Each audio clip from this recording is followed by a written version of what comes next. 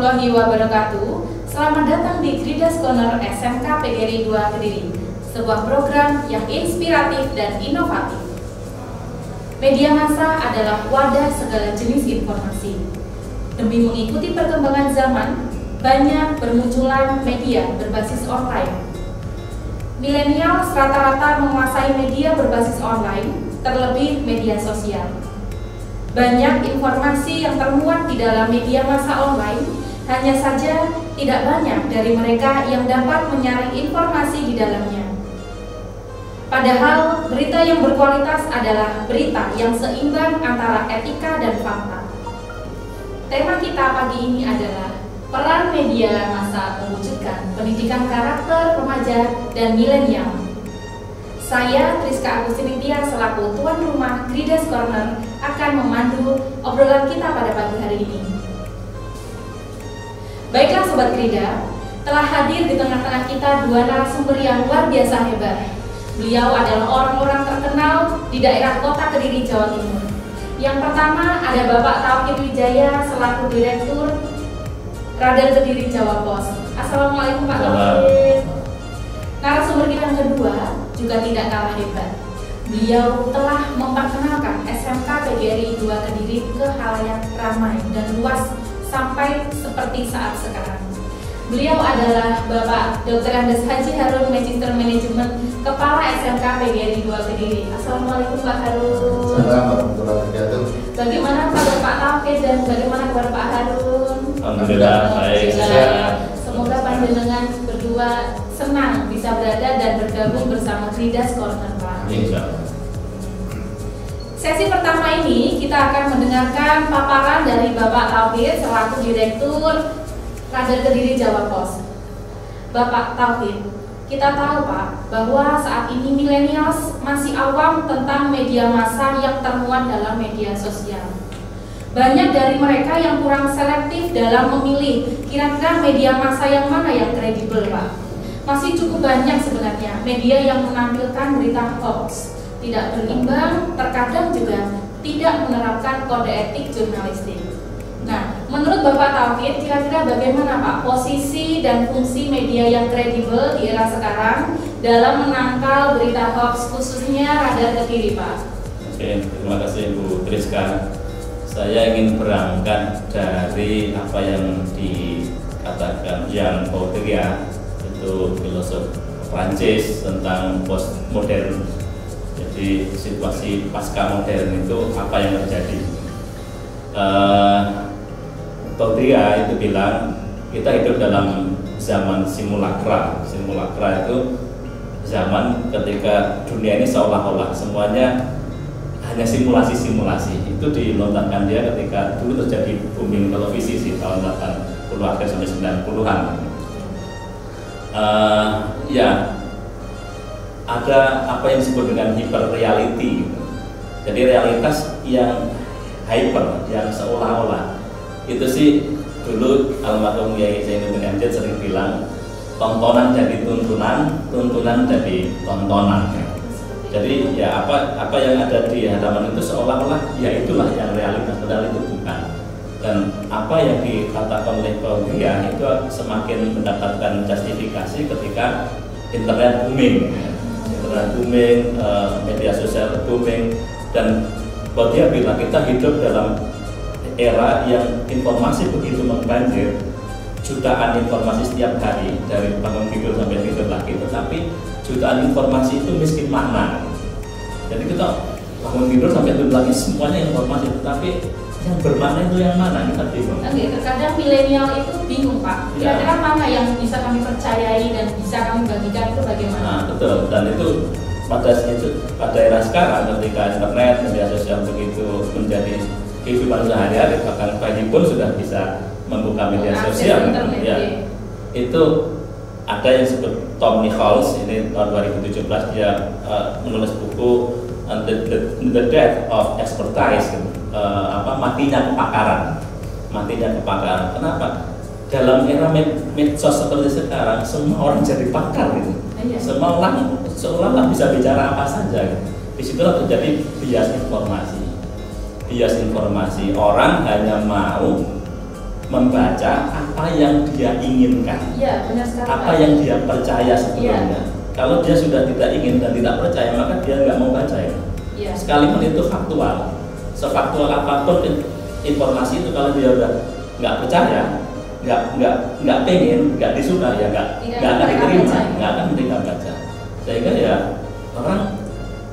orang jadi bias informasi, mana yang nyata, mana yang bukan, kan bias gitu. Itu yang disebut omnivores, artinya akan orang bisa bicara apa saja gitu. Sehingga yang mana yang mesti dipercaya, mana yang tidak, itu kan susah.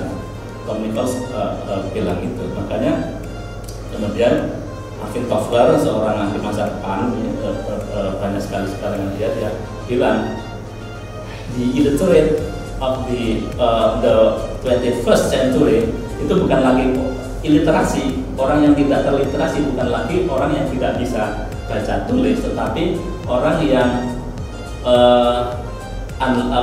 yang tidak bisa belajar, tidak mau meninggalkan ilmu yang kemudian sudah tidak relevan lagi, dan tidak mau belajar lagi gitu.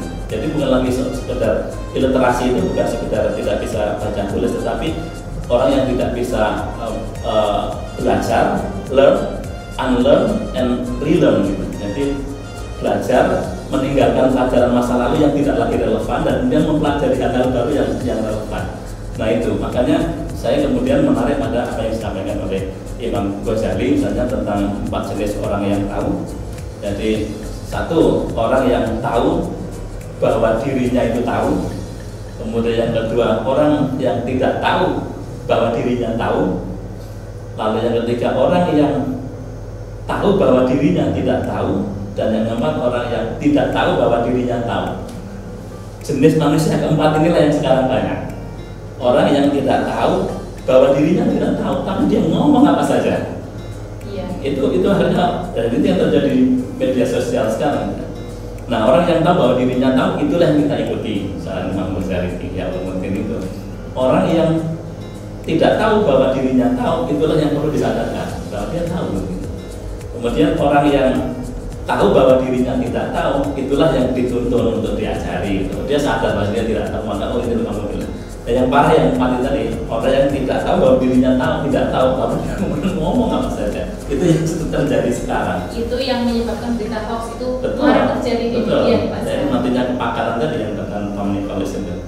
Nah, media massa lalu bagaimana? Nah, karena memang media sosial itu saya sebut itu kan mewadahi, menjadi penyalur hasrat manusia yang sangat manusiawi untuk selfie gitu. Setiap Abraham Maslow kan punya orang ingin eksistensinya selalu di dia gitu. Media sosial memberi wadah itu, maka orang yang pengen eksistensi ya, dia bangun tidur aja dia sudah bisa baru bangun tidur dari status, karena dia pengen eksistensinya diketahui oleh publik gitu. Terus kemudian dia berdoa saja. Itu juga di media sosial mereka ya Pak. Iya, ada doa itu dari manusia kepada Tuhan. Iya, tidak perlu orang lain tahu sebenarnya Pak. Nah, seperti itu gitu. Makanya ya karena media sosial memang menyediakan hasrat untuk selfie, hasrat untuk eksistensi, orang cenderung untuk mengejar hasrat itu jadi posting apa saja. Misalnya dia selalu pengen dikenal, sebagai diketahui publik, orang di luar dirinya sebagai orang yang pertama kali tahu. Misalnya dia menjumpai peristiwa di jalan gitu, dia belum tahu itu apa, dia segera potret lalu posting. Atau dia tahu informasi apa dari grup, dia belum tahu isinya, tapi kemudian itu dia suka dan dia percaya, langsung aja dia posting. Karena dia, setiap manusia itu tadi pengen eksisten, ini loh, dialah penyebar pertama informasinya. Padahal itu sama sekali bertentangan dengan prinsip-prinsip jurnalistik. Nah, di sini saya kaidah-kaidah jurnalistik itu tidak bisa begitu. Nah, kita di media massa itu punya kaidah-kaidah jurnalistik untuk selalu dipatuhi sebelum menyebar informasi. Disitulah sebenarnya peran media massa, karena dia punya kaidah-kaidah jurnalistik itu yang harus dipatuhi. Dia tidak bisa harus sekedar mendengar aja dan ditulis, nggak boleh. Ada verifikasi yang sangat ketat. Jadi kalau kami diajarkan oleh Pak Dahlan Iskan dulu, ada 5 hal yang harus dilakukan oleh wartawan sebelum menulis berita. Yang pertama apa? Verifikasi. Yang kedua apa? Verifikasi. 3 apa? Verifikasi. Sampai 5 semuanya verifikasi. Ketika tidak bisa dipastikan kebenarannya, ya jangan disebar. Itulah sebenarnya yang peran media massa di situ. Ya. Jadi perlunya verifikasi sebelum berita itu dipublikasikan itu sangat penting. Betul. Begitu ya Pak? Betul. Baik. Kita sekarang menuju narasumber yang kedua, Bapak Dr. Abdes Sajaru selaku Kepala SMK Negeri 2 Kediri. Bapak, saya tahu dunia pendidikan dan media massa itu merupakan simbiosis mutualisme, yang mana keduanya sama-sama saling membutuhkan Pak. Menurut Pak Harun, bagaimana Pak posisi media massa terhadap remaja dari sudut pandang pendidikan? Kira-kira bagaimana Pak kita sebagai orang yang bergelut di bidang pendidikan meningkatkan minat baca siswa melalui media massa Pak? Baik, terima kasih Mbak Rizka. Memang peran media massa itu sangat penting, apalagi di situasi saat ini, di mana pembelajaran pun juga dilakukan secara pendidikan, pembelajaran secara jauh. Maka peran media massa itu luar biasa pentingnya, karena sekarang sumber belajar itu tidak hanya dari buku cetak, juga dari media massa, mungkin dari online atau dari yang lain. Ini pun juga memberikan suatu kesempatan, sebetulnya kesempatan bagi guru-guru kita untuk bisa berinovasi, bisa mengembangkan kreativitasnya di dalam memberikan layanan pembelajaran. Bersama-sama dengan media massa itu bisa nanti memberikan suatu layanan pembelajaran, bisa secara tutorial, sampaikan diupload melalui media yang ada. Ini salah satu juga untuk bisa menangani atau bisa membantu agar pembelajaran itu tetap berjalan. Jadi sebenarnya memang perlu adanya inovasi dari seseorang, apalagi terlebih seorang guru, agar mereka dapat berinovasi mengikuti perkembangan zaman. Kemudian kalau misalkan ingin menggunakan media massa sebagai media pembelajaran, jadi harus tetap mengikuti. Salah satunya adalah mengikuti atau menggunakan media massa yang berbasis online. Meskipun masih banyak juga media massa yang masih media massa berupa cetak, tapi tidak menutup kemungkinan mereka juga menggunakan media, sudah memiliki media massa dalam bentuk online. Seperti itu Bapak. Ya. Kita kembali ke Bapak Tauhid Pak. Yang ingin kami ketahui Pak, terkait dengan program-program nyata apa yang dilakukan oleh media massa, dalam hal ini adalah Radar Kediri, untuk memberikan pendidikan karakter bagi generasi milenial Pak, agar mereka itu cerdas dan dapat mempercayai berita. Jadi mereka bisa memilah berita. Kira-kira yang mana berita yang harus saya percayai kemudian bisa saya bagikan seperti ini? Ya, sejak awal Jawa Radar Kediri concern terhadap anak muda ya. Misalnya kita punya event tahunan sejak 2007 sampai sekarang, itu namanya School Contest. Yang School Contest ya, bisa dilakukan setiap tahun kita mengikuti Pak kebetulan. Beberapa kali juga meraih juara. Ya, semoga kita beberapa kali. Nah, itu satu wadah besar yang kita berikan kepada anak-anak muda pelajar di Kediri dan sekitarnya untuk melakukan kontestasi bakat dan minat mereka. Kontes utamanya sih Made, kemudian ada supporting eventnya, itu banyak sekali, dan itulah yang untuk memenuhi aktivitas mereka. Nah, khusus untuk itu kita di Mading sendiri misalnya, kemudian Mading itu kita kembangkan juga, ada kontes media online mereka, ada peran Mading, terus kemudian ada lomba blog. Gitu. Disitulah kita sisipkan bagaimana prinsip-prinsip jurnalistik itu berjalan. Tapi seperti saya katakan, bahwa informasi itu tidak bisa diproduksi begitu saja, tetapi harus lewat verifikasi yang ketat. Nah, itu yang kita pahamkan lewat kompetisi itu. Kita ingin sampaikan kepada mereka, anak-anak muda, bahwa membuat maupun mengonsumsi informasi itu ada mekanismenya. sehingga mereka bisa memilah misalnya apakah informasi yang kalau sebagai konsumen informasi misalnya, mereka bisa memilah mana informasi yang terverifikasi, mana yang tidak, atau tidak-tidaknya karena mereka sudah misalnya terlibat dalam pembuatan mading atau terlibat dalam pembuatan website mereka, blog mereka tahu bahwa bagaimana cara mengonfirmasi informasi kebenaran informasi yang dia terima. Ketika dia baca, kemudian dia ragu, maka dia tahu prosedur-prosedur melakukan verifikasi. Sehingga mereka ketika mendapatkan informasi tidak kemudian menelan begitu saja. Meskipun tadi disebut omnivore atau bias informasi, orang sekarang cenderung hanya mau mengonsumsi informasi yang dia suka, yang dia mau, yang dia percaya. Nah sementara kalaupun ada fakta yang berlawanan dengan yang dia mau, yang dia inginkan, yang dia percaya, dia menolak. Dan itu fakta. Gitu. Banyak kan seperti itu Pak anak zaman sekarang. Bahkan mereka itu yang dibaca cenderung media-media massa online yang berasal dari luar negeri. Bahkan informasinya kita tidak tahu apakah ini sudah benar sesuai dengan faktanya atau bahkan masih menerka-nerka seperti itu Pak. Itulah dia harus bisa melakukan verifikasi, tidak tunggal, tidak yang disukai ya sudah itu. Makanya harus open minded atau kemudian terbilang kita sudah harus adil sejak dalam pikiran. Baik, kita sekarang masuk ke narasumber yang berikutnya, Bapak Harun. Pak, baru-baru ini sekolah kita SMK PGRI 2 Kediri meluncurkan teknologi dan terobosan baru yang saat ini kita tempati studio mini Pak.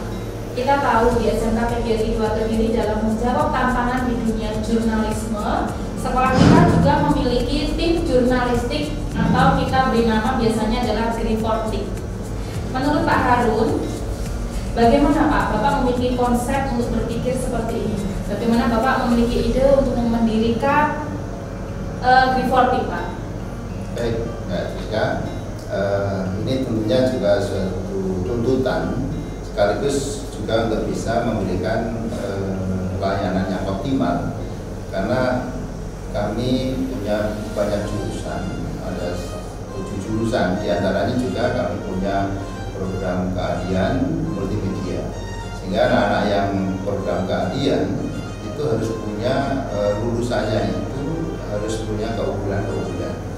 Makanya dengan adanya diluncurkan program ini, nanti anak-anak punya kompetensi di bidang jurnalistik, sehingga jati diri program keahlian atau jurusan, biasa kita kenal dengan jurusan, itu anak-anak itu ada suatu kebanggaan, ada linearisasi bahwa saya jurusan multimedia, saya bisa bekerja di bidang jurnalistik.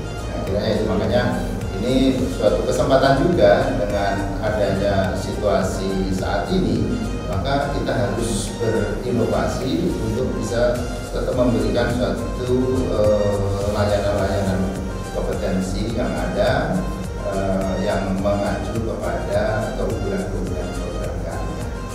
Seperti itu Bapak. Jadi sekolah kita SMK PGRI 2 Kediri memiliki inovasi yang baru dan juga ini sesuai dengan tuntutan zaman, karena memang sekarang kita sedang berada di era pandemi. Kemudian kita mendirikan studio dan juga studio ini berfungsi sebagai media pembelajaran. Jadi ada beberapa Bapak Ibu guru atau bahkan semuanya akan membuat sebuah video pembelajaran untuk anak-anak generasi bangsa. Nah, kita kembali ke Bapak Tauhid Pak. Pak, apakah kira-kira ada langkah-langkah atau konten berita yang langsung tertuju pada millennials untuk mengekspresikan diri generasi muda? Apakah Radar Kediri khususnya Jawa Pos Radar Kediri khususnya memiliki konten-konten khusus remaja Pak? Ya, tadi seperti saya sampaikan, karena kita punya komitmen, punya concern terhadap anak muda, lewat kontes-kontes tadi seperti kontes kita di produk korannya maupun produk. Sekarang kita kan tidak ada lagi koran atau media cetak yang tidak punya online. Itu ya sekarang eranya era konvergensi. Jadi media cetak pasti akan dilakukan online, termasuk medsos resminya. Ya, nah itu kita punya namanya rubrik komunitas muda. Rubrik komunitas muda. Jadi teman-teman buat semua siswa ataupun generasi milenials, Jawa Pos Radar Kediri punya satu rubrik yang namanya khusus anak muda, komunitas muda. Komunitas muda. Jadi silakan dibaca, silakan dinikmati apa saja yang disajikan di dalamnya. Seperti itu. Ya, itu dulu yang nulis juga anak-anak itu. Oh, yang nulis juga ya, anak. termasuk komunitas-komunitas jurnalis muda di setiap sekolah. Saya kira kalau Grida dari Jaminan Pak Harun punya komunitas itu ya itu bisa mengisi di situ. Menulis di situ kita tampilkan. Jadi dulu gabungan dari beberapa sekolah anak beberapa sekolah, terus kemudian berkembang. Nah ini misalnya Grida yang masuk di situ itu bisa ya, ya. Kemudian kalau untuk masalah tema-tema yang disajikan di situ, khas anak muda, mereka yang mengusulkan temanya. Oh, jadi bebas ya, Pak? Ya, karena mereka lah yang tahu dunianya. Oh iya, seperti itu. Oke, baiklah sahabat Grida, kita akan kembali setelah pesan-pesan berikut ini. SMK PGRI 2 Kediri beralamatkan di Jalan KH Abdul Karim nomor 5 Kota Kediri.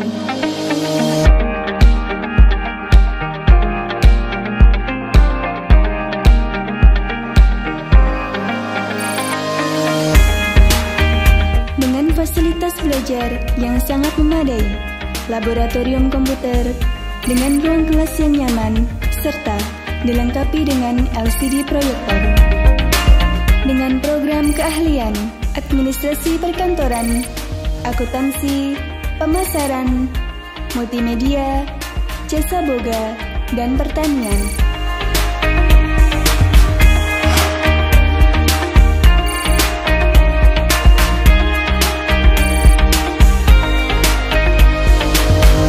Assalamualaikum warahmatullahi wabarakatuh. Sekolah sangat berperan dalam pendidikan karakter anak. Sekolah bagaikan rumah kedua bagi anak, karena hampir separuh hari waktu yang dimiliki dihabiskan anak untuk kegiatan di sekolah.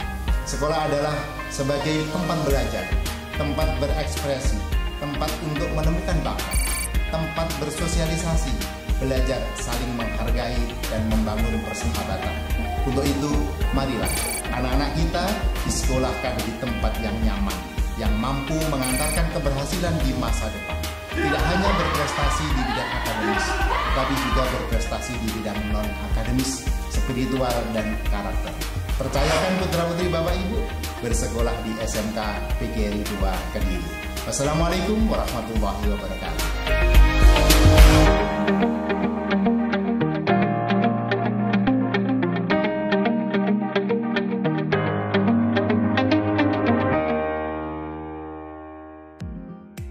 Sahabat Grida, kembali lagi di acara kita Grida's Corner.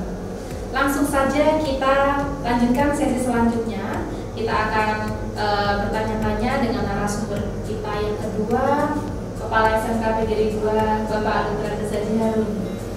Bapak, kita tahu bahwa di dalam media massa ada kolom pojok pendidikan, kolom remaja, kemudian tadi saya juga sudah sempat bertanya langsung kepada Direktur Kader Kediri Jawa Pos, ada komunitas remaja, Pak.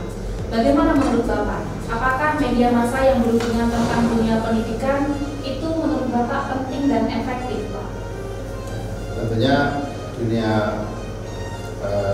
media massa itu sangatlah penting di dalam menunjang pendidikan.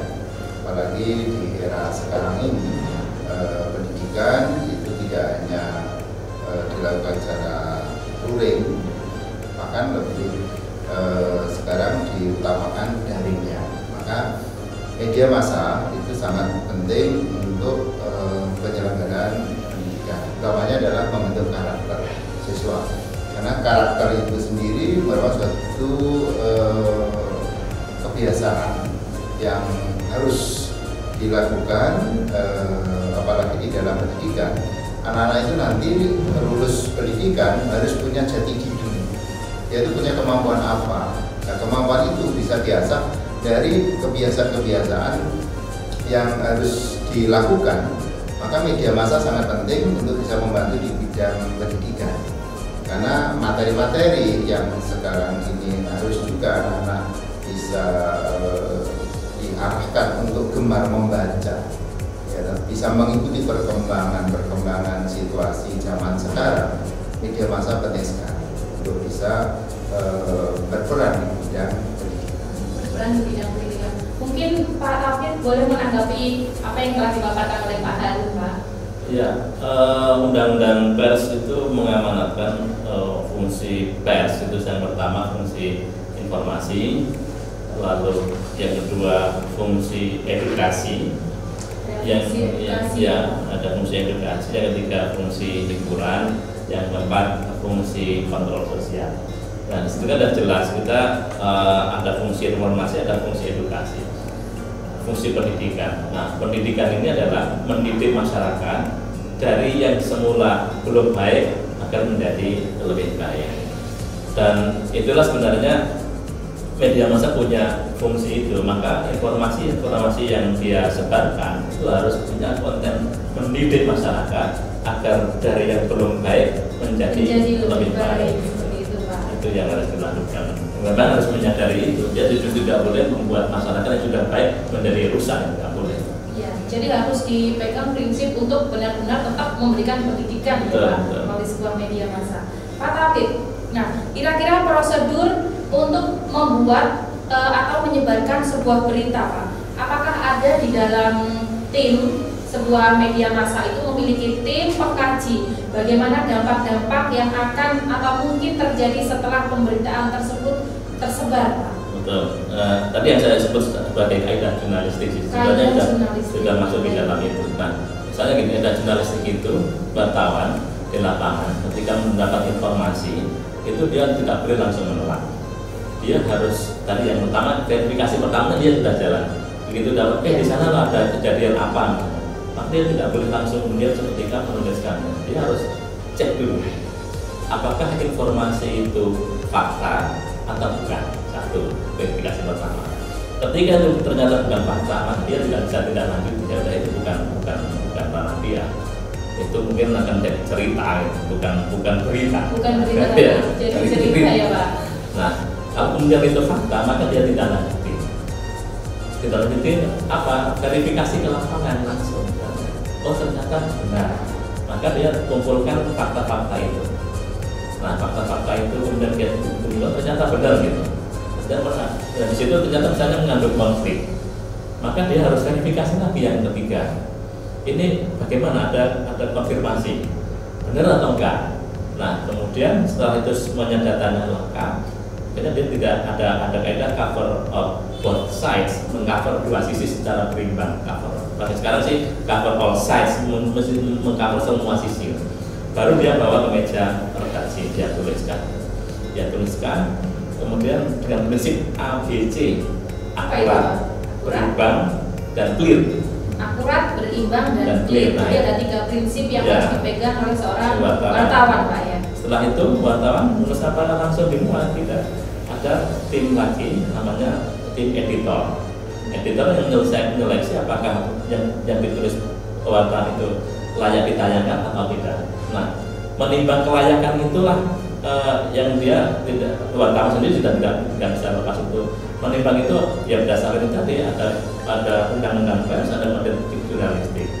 Itu benar-benar sudah akurat berimbang atau enggak? Apakah mengandung 4 fungsi pers itu enggak? Ada unsur pendidikan juga nih, mendidik atau justru merusak? Itu dipertimbangkan. Gitu. Nah, verifikasi jalannya ada di editor, di redaktur itu. Maka dia kalau datanya kurang lengkap, maka dia akan minta untuk melengkapi seperti itu. Kalau ternyata enggak layak, ya dia jangan pakai. Nah, kalau sudah benar-benar ABC tadi, akurat berimbang clear, oleh redaktur diputuskan untuk dimuat. Jadi ada mekanisme seperti itu, tidak langsung dapat informasi pertama langsung disiarkan, ya. Tapi ada jalur yang cukup panjang, sebelum informasi itu kemudian dimuat. Terkait dengan apa yang disampaikan Pak Taufik terkait dengan ABC, Pak Harun, ini sebenarnya menjadi PR kita sebagai tenaga pendidik, Pak. Kira-kira kita bagaimana menerapkan yang disampaikan Pak Taufik tadi? Menurut Pak Harun bagaimana, Pak? Baik, Pak. Kalau kita melihat dari tujuan pendidikan itu sendiri, bahwa pendidikan itu suatu upaya, suatu tindakan untuk menjadikan anak didik kita menjadi orang yang dewasa. Nah, pengertian dewasa itu sendiri, anak-anak kita itu nanti juga, atau kita semuanya dengan berpendidikan itu bisa membedakan mana yang benar, mana yang salah, mana yang utama, mana yang tidak. mana yang ini nanti menguntungkan, mana yang tidak. Dengan orang yang bisa atau mampu untuk membedakan mana yang harus dilakukan dan membawa suatu kemanfaatan, berarti tingkat pendidikan orang itu lebih tinggi. Ya. Oleh karena itu, apa sampaikan Pak Taufik tadi benar, semua sudah ada jalurnya, termasuk juga aturan-aturan yang ada. Itu juga sudah jelas. Baik Pak Harun. Pak, yang ingin saya tanyakan juga seperti ini Pak. Kira-kira peran sekolah dalam memberikan pemahaman tentang cara cerdas menyaring, kemudian mereka membagikan berita untuk menyikapi berita yang kurang baik. Kira-kira langkah apa Pak yang dilakukan oleh sekolah? Baik, tentunya segala informasi atau apa yang akan kita sampaikan itu harus punya sumber yang benar. Dan sumbernya yang benar, dan sumbernya itu juga tidak ada satu. Dari sumber yang jelas, yang benar dan bisa terpercaya dan tidak hanya satu. Sehingga ada perbandingan. Harus ada perbandingan. Sehingga apa yang disampaikan atau mungkin apalagi di dunia pendidikan itu ada suatu keseimbangan yang disampaikan itu betul-betul ada sumber yang jelas, yang benar, sehingga anak-anak kita menerima itu tidak salah. Ya. Tidak salah. Itu penting sekali untuk kita selalu membaca. Baik, terima kasih. Kemudian kita langsung ke Bapak Taufik. Pak, tadi di awal juga Panjenengan sudah menjelaskan terkait dengan etika, atau saya menyentuh sedikit terkait dengan kode etik jurnalistik, Pak. Mungkin Bapak bisa memberikan penjelasan terkait hal ini. Mungkin bisa memberikan penjelasan kepada anak-anak yang memang memiliki cita-cita untuk menjadi seorang wartawan. Kiat-kiatnya seperti apa terkait dengan kode etik jurnalistik? Oke, kode etik jurnalistik itu ruhnya itu ada di mukadimahnya, di pembukaannya, itu di landasan filosofis. Saya bisa jelaskan pada dasar di situ disebutkan di pembukaan kode etik jurnalistik itu bahwa pada dasarnya hak mendapatkan informasi itu adalah hak asasi setiap orang. Hak asasi ya, sebagai bagian dari hak berpendapat. Itu dijamin oleh Deklarasi HAM Universal PBB. Undang-Undang Dasar juga menjamin itu kebebasan berpendapat, itu hak asasi. Nah, lalu siapa yang menjamin kebebasan berpendapat, kebebasan mendapat informasi itu? Siapa yang melaksanakan? Maka harus ada orang yang melaksanakan itu. Nah, itu adalah pers. Maka kemudian kebebasan pers menjadi bagian dari kebebasan berpendapat, kebebasan mendapatkan informasi itu. Yaitu untuk menjaga, karena kalau informasi itu dibatasi, memang orang menjadi tidak bebas mendengar informasi gitu. Itu untuk mendewasakan orang. Nah, tetapi kemudian dalam melaksanakan tugasnya, pers itu tidak boleh sembarangan, karena dia harus memperhatikan etika yang di masyarakat, kondisi sosial kita ya seperti itu. Nah, karena pers adalah pelaksana dari kebebasan informasi, kebebasan berpendapat itu. Nah, setiap kekuasaan itu kan tends to corrupt. Setiap kekuasaan itu pasti punya potensi untuk menyimpang. Iya, seperti itu. Ya, wartawan yang diberi kekuasaan untuk informasi itu juga punya potensi untuk menyimpang. Karena itulah maka diperlukan kode etik untuk mengatur itu agar tidak menyimpang. Nah, karena itu akhirnya dibikinlah kode etik itu adalah kode tata laku yang harus dipatuhi oleh setiap insan pers di Indonesia. Nah, kode etik jurnalistik itu disepakati oleh organisasi wartawan se-Indonesia tahun 2006. Ya, sebelumnya namanya kode etik wartawan Indonesia, tapi sejak tahun 2006 itu menjadi kode etik jurnalistik, isinya 11 pasal. 11 pasal. Misalnya adanya wartawan Indonesia tidak beretikat buruk dalam membuat berita. Misalnya, wartawan Indonesia menempuh cara-cara profesional. Harus profesional ya. Wartawan Indonesia menghormati etika kayak gitu ya. Wartawan Indonesia menghormati hak privasi narasumber, seperti itu, ada 11 pasal. Pertanyaan untuk Bapak Harun, Pak, sebagai Kepala SMK PGRI 2 Kediri yang sangat dikenal banyak masyarakat, Bapak bisakah memberikan sebuah gambaran bagaimana cara untuk memilih media massa yang berkualitas? Kira-kira seperti apa? Tentunya bagian 2 itu sudah kerjasama dengan Radar itu sudah cukup bagus, dan kita sudah bermitra dengan Radar Kediri sejak tahun berapa? Sudah 3 tahun yang lalu. Sudah 3 tahun yang lalu. Dan tentunya kita itu untuk melakukan suatu aktivitas tentunya harus komitmen saling menguntungkan dan juga bisa berperan untuk meningkatkan pendidikan, khususnya di SMK PGRI Kediri. Karena memang antara media massa dengan dunia pendidikan itu memang sama-sama saling membutuhkan seperti itu. Karena punya tanggung jawab yang besar, sekolah, media juga. Makanya sama-sama ayo berkontribusi untuk mengantarkan anak didik ini keluar dari pendidikan SMK PGRI Kediri ini punya kompetensi-kompetensi unggulan yang membanggakan kita bersama. Maka kita juga menggandeng media massa termasuk Radar Kediri ini yang memang sudah tidak dilakukan lagi kreativitasnya. Karena kita juga membuat suatu program-program kerjasama itu untuk bisa kita sinergikan dengan kompetensi-kompetensi jurusan yang ada di sekolah. Seingat saya, tahun pertama itu adalah di bidang jurnalistik. Kami punya program keahlian multimedia, sehingga sangat penting sekali untuk anak-anak jurusan multimedia juga bisa menguasai, bisa menjalankan di bidang jurnalistik. Terus yang berikutnya tahun kedua kami juga mengangkat kerjasama di bidang kulineri. Kami punya program keahlian tata buka, sehingga untuk mengangkat program keahlian tata buka itu juga kita bekerja sama dengan Radar juga dari pihak-pihak yang kompeten di bidang kuliner. Makanya kita harapkan program keahlian tata buka itu juga bisa kita brandedkan, bisa diterima di masyarakat hasil karya daripada anak-anak. Yang tahun ketiga itu adalah di bidang budidaya tanaman atau pertanian. Budidaya pertanian. Ini juga kita bekerja sama dengan Radar, sekaligus juga perusahaan-perusahaan di bidang pertanian. Karena sekarang untuk minat anak-anak di bidang pertanian itu harus terus kita pupuk, terus kita kembangkan, karena kita tahu, kita pahami bahwa kita itu peluangnya ke depan itu lebih besar. Makanya anak-anak muda, generasi muda itu di negara kita yang negara agraris itu jangan sampai miskin minat di bidang pengembangan pertanian.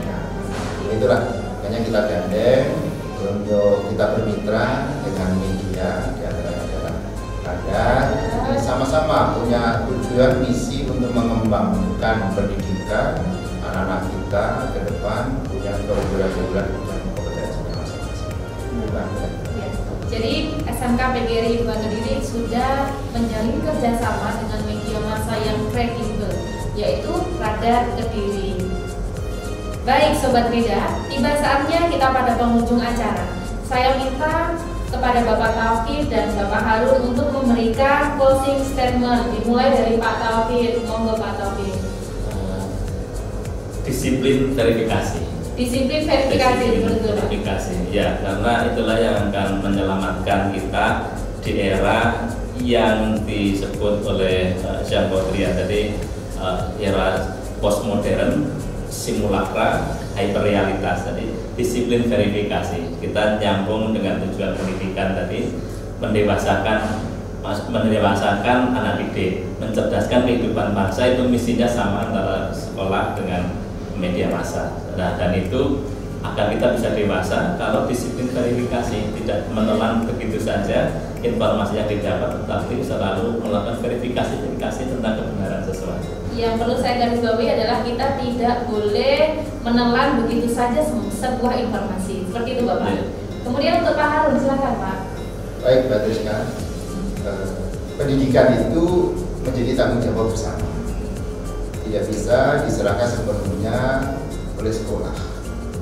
Semua stakeholder, pemerintah, masyarakat, termasuk orang tua, termasuk juga sekolah, itu punya tanggung jawab untuk mengandalkan anak-anak kita, anak didik kita, untuk menjadi anak yang berkarakter, bertanggung jawab, karena anak-anak kita adalah menjadi tanggung jawab masa depan bangsa. Oleh karena itu kita harus bermitra, bekerja sama, mengajak semuanya untuk terlibat di dalam pendidikan, termasuk adanya media. Ini penting sekali karena punya tanggung jawab untuk bisa mengantarkan siswa-siswa kita, anak-anak kita, generasi muda kita untuk ke depan itu betul-betul menjadi anak-anak kita yang memegangkan kita. Ya, jadi yang bisa saya garis dari Pak Harun adalah pentingnya media massa itu sangat penting dibutuhkan dalam mendukung bagaimana pendidikan anak-anak generasi bangsa.